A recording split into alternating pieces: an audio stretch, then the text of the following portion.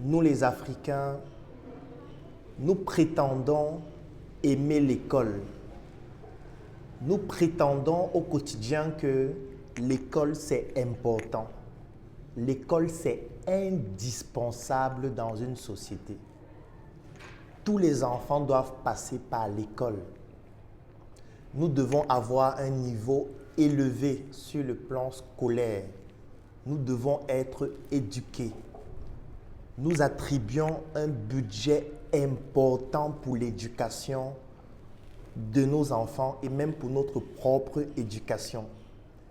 Nous avons poussé cela vers une maladie que j'appelle la diplomite, que je définis comme étant l'infection causée par une abondance de diplômes. Oui, parce qu'en Afrique, lorsque tu n'as pas minimum une licence, un master 2, un doctorat, on te rappelle au quotidien que tu n'as pas encore commencé à vivre. Lorsque tu as même un doctorat, on te dit non, ce n'est pas le vrai doctorat, il te faut le PhD. Lorsque tu es professeur, on dit non, tu n'es pas professeur titulaire, tu dois encore fréquenter. Mais après avoir fini toutes ces études, lorsqu'on observe nos réalisations au quotidien, on se pose la question, à quoi a donc servi toutes ces études si au quotidien on n'utilise pas ce qu'on a appris à l'école, au moins pour améliorer nos conditions de vie, l'endroit où nous vivons, ce que nous mangeons, la manière dont nous nous soignons ou même la façon de nous divertir. Et puisqu'on parle de divertissement, je vais prendre un exemple avec la Coupe du Monde Qatar 2022. Est-ce que vous avez regardé les plateaux télé des chaînes africaines? C'est pitoyable, c'est minable, c'est risible. Et tous ces qualificatifs ne sont qu'un euphémisme par rapport à ce que j'observe dans nos médias. Regardez les plateaux télé des chaînes africaines qui parlent du mondial 2022. Nous sommes en 2022. Et vous regardez des plateaux de télé qui ressemblent, je ne sais même pas quelle expression utiliser, mais ça fait mal de voir que nous sommes en train de présenter cela aux yeux du monde comme étant la représentation de notre compétence. Parce que ce que les gens ne savent pas, c'est que pendant la Coupe du Monde, c'est la vitrine aussi de nos différents pays.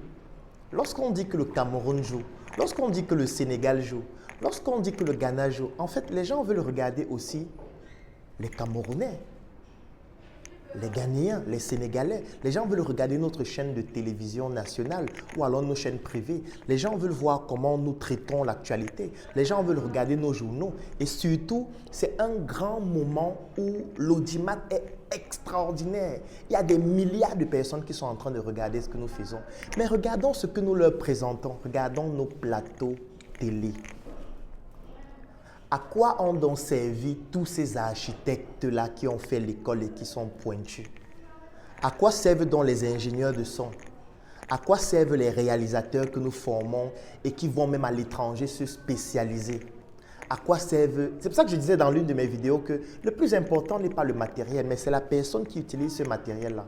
Vous pouvez avoir la dernière caméra la plus sophistiquée, mais vous produisez une vidéo minable, médiocre. Parce que ceux qui ont le savoir-faire, parfois, ne sont pas à leur place. Et même quand ils sont à leur place, il faut des moyens pour permettre à ce savoir-faire de pouvoir se matérialiser de manière excellente, pour produire des résultats parfaits. Qu'est-ce qui empêche à une chaîne de télé de contacter un architecte et de lui dire « J'ai une émission que je vais présenter durant le mondial. Je veux que tu me conçoives le plateau de cette émission. » On peut même mettre un cabinet d'architecture avec d'autres architectes qui vont même faire une contre-expertise du travail qui a été fait pour se rassurer qu'il est excellent.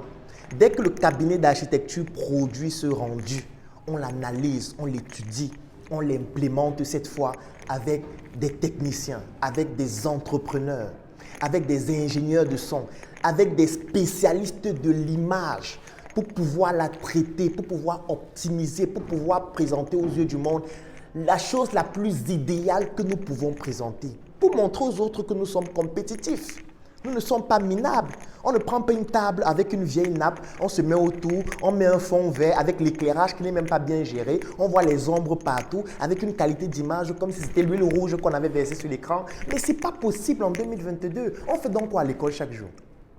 À quoi sert donc l'école? On va à l'école faire 5 ans, 10 ans, 20 ans. Et au quotidien, on n'est pas capable de faire un plateau télé. Certains me diront, ça nécessite beaucoup d'investissement. Oui, c'est la raison pour laquelle chaque jour je dis qu'on n'entreprend pas seul. Si tu n'as pas beaucoup d'argent pour le faire, mettez-vous ensemble et faites quelque chose de qualité. Mettez-vous ensemble et mettez un investissement beaucoup plus important. Nous, on va vous accompagner s'il faut y investir. Ne nous présentez plus de la médiocrité. Vous allez voir un plateau, on va vous dire non, ça c'est un plateau africain. Nous avons pris les bambous de raffia pour montrer l'Afrique. Ce n'est pas parce qu'on utilise les bambous de raffia que ça doit être médiocre et salé, mon frère. Les bambous de raffia peuvent permettre de faire un plateau excellent qui tutoie ce qu'on voit au Qatar actuellement. Mais il ne faut pas qu'on continue avec la médiocrité parce qu'on dit qu'on n'a pas d'argent, parce qu'on dit que non, les ressources manquent. Non, je suis désolé. L'Afrique a toutes les ressources, que ce soit en termes de matières premières, que ce soit en termes de matières grises, que ce soit en termes de financement, que ce soit en termes de tout. Et après, on va s'étonner que nos meilleures ressources vont ailleurs, où on les met plus en avant, où on met un financement nécessaire pour leur permettre de pouvoir atteindre des niveaux plus élevés et montrer vraiment toute la substance de leurs compétences. Il faut qu'on arrête avec la médiocrité. Quand moi je vois les plateaux télé des chaînes africaines pendant ce mondial, je me pose la question, à quoi servent nos architectes? À quoi servent nos ingénieurs? À quoi servent nos décorateurs qui ont fait beaucoup d'années à l'école? À quoi servent nos ingénieurs de son? À quoi servent nos réalisateurs? Parce que nous voyons les Africains réaliser des films qui passent dans des chaînes de télé occidentales, qui passent dans des bouquets comme Netflix, des Africains, qui parfois l'ont fait en indépendant. Mais comment on ne peut pas exploiter ces expertises-là pour pouvoir nous produire des rendus de qualité dans nos chaînes de télé? Mais nous sommes maudits. C'est vraiment dommage, mais j'invite ici toute personne qui veut faire un projet à comprendre que le projet doit être amélioratif. On peut commencer de manière médiocre parce qu'on n'a pas toutes les ressources.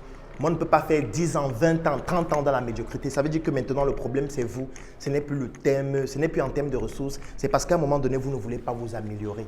Nous, Africains, nous devons montrer aux autres que nous avons aussi de l'excellence. Et cette excellence doit se matérialiser dans notre manière de construire, dans notre manière de présenter nos résultats, dans notre manière de nous vêtir, dans notre manière de diriger nos projets, afin de montrer aux yeux du monde que nous aussi, nous pouvons. Nous ne devons pas passer le temps à pleurer, commander, dire que nous n'avons rien. Sinon, à un moment donné, acceptons que les autres nous méprisent parce qu'ils auront raison puisqu'on passe le temps à se comporter comme des serpillères. Et quand tu te comportes comme une serpillière, on t'utilise pour nettoyer le sol.